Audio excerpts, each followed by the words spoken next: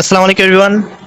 আজকের ভিডিওতে আমরা দেখাবো যে এইচএসসি জীববিজ্ঞান প্রথম পত্রে আমাদের ব্যবহারিক প্রশ্নটা আসলে কি থাকে এবং সেটার সমাধানটা আসলে কি।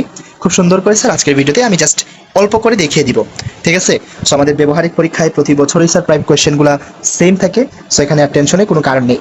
প্রথমত দেখো, ব্যবহারিক পরীক্ষায় সাধারণত আমাদের সময় থাকে 1 ঘন্টা 30 মিনিট, বাট আমাদের সবারই পরীক্ষা 1 ঘন্টার ভেতরে ফুললি শেষ হয়ে যাওয়ার কথা স্যার। এখন দেখো কি কি থাকে।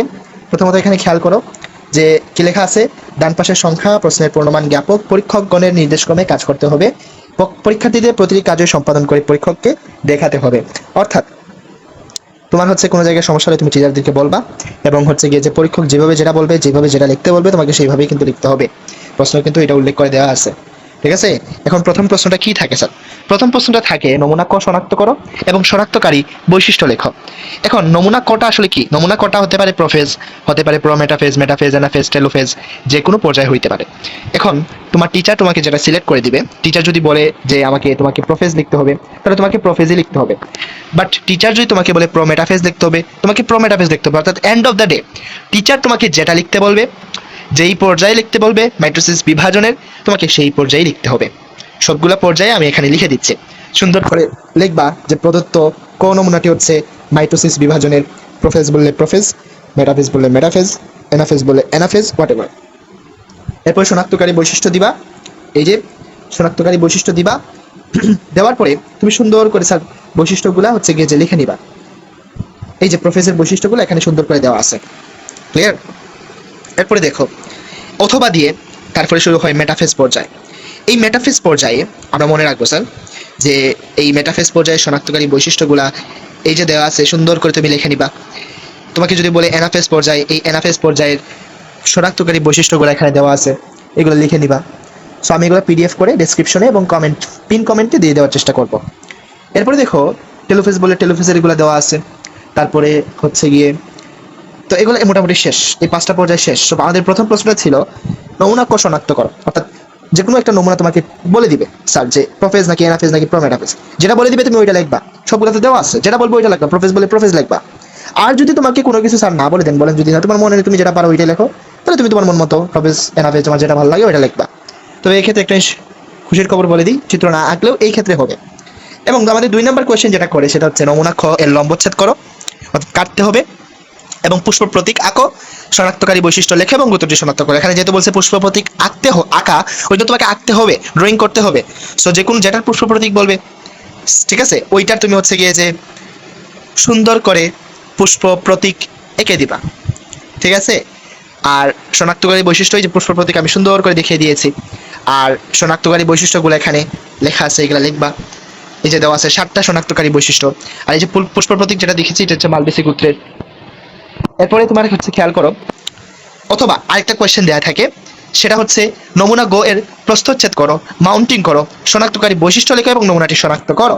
নমুনা গো যেমন একটা এক্সাম্পল, যে কোনো নমুনা গো দিল, নমুনা গোটা হচ্ছে মাউন্টিং করে দেখাতে হবে, শনাক্তকারী বৈশিষ্ট্য লিখতে হবে, যেগুলো আমি এখানে লিখে দিয়েছি, একদম হুবহু থাকবে লেখা, ঠিক আছে? নমুনা গো এর প্রস্থচ্ছেদ, যে লম্বচ্ছেদ করে দেখানো হয়েছে, মাউন্টিং করে দেখানো হয়েছে, এগুলো নর্মাল জিনিস, এগুলো জাস্ট যেভাবে সেভাবে দিয়ে দিবা। শনাক্তকারী বৈশিষ্ট্য শনাক্ত করে নিচে দেওয়া আছে, এগুলো লিখে নিবা, ঠিক আছে? এরপরে হচ্ছে সুতরাং নমুনাটি হচ্ছে মূল। মূল বলতে পারে একবীজপত্রী উদ্ভিদের মূল বলতে পারে, অথবা কাণ্ড বলতে পারে। টিচার যেটা বলে দিবে ওইটা লিখবা। এরপরে তোমার যেটা আছে সেটা হচ্ছে মাউন্টিং করে দেখানো হয়েছে, যে শনাক্তকারী বৈশিষ্ট্য সুন্দর করে লিখবা। 2 নং প্রশ্নের অথবা দিয়ে উত্তর লিখতে পারো এইভাবে। এই শেষ এই জিনিসপত্রগুলো। এছাড়াও আমাদের এই যে, তো এখানে আমরা খেয়াল করি একটা জিনিস, প্রশ্নে বলছে শনাক্তকারী বৈশিষ্ট্য লেখো, নমুনা শনাক্ত করতে হবে, প্রস্থচ্ছেদ করতে হবে, প্রস্থচ্ছেদে 2 মার্ক, মাউন্টিং এ 2 মার্ক, শনাক্তকারী বৈশিষ্ট্য লেখার জন্য ওই জন্য 2 মার্ক, আর নমুনাটি শনাক্ত করার জন্য 1 মার্ক। সো এগুলো যেইভাবে দেওয়া আছে স্যার ওইভাবে দেওয়া থাকবে, আমি পিডিএফ দিয়ে দিব লিঙ্কে, এগুলো দেখে নিবা। আর 3 নম্বর প্রশ্ন যেটা থাকে, যেটাতে থাকে 7 মার্ক, নমুনা ঘ এর যন্ত্রপাতি সেট করো। ওইটা সাধারণত দেওয়া লাগে না, দিতে চলে দিবে টিচারের মর্জি। পরীক্ষণের সংক্ষিপ্ত বর্ণনা এই যে নিচে লিখে দেওয়া। পরীক্ষণটি সাধারণত কোনটা হয়? সালোক সংশ্লেষণে কার্বন ডাই অক্সাইডের অপরিহার্যতা প্রমাণের পরীক্ষা, ওইটা আসে অনেক। সো এভাবে সুন্দর করে লিখে দিবা, ফলাফল লিখবা। এই যে পরীক্ষা পদ্ধতি সুন্দর করে লিখে দিবা স্যার, 7টা পদ্ধতি দেখিয়েছে এবং ফলাফল এই যে এখানে দিয়ে দিয়েছি, সুন্দর করে লিখে দিবা, ঠিক আছে? অথবা শুধু হচ্ছে গিয়ে যে আমি তো এখন দেখালাম কোনটা পরীক্ষা দেখেছি সালোক সংশ্লেষণে কার্বন ডাই অক্সাইডের অপরিহার্যতা। বাট প্রশ্ন এটাও আসে অনেক সময় যে পরীক্ষাগারে অবাধ শোষণে কার্বন ডাই অক্সাইড গ্যাস নির্গমনের পরীক্ষা।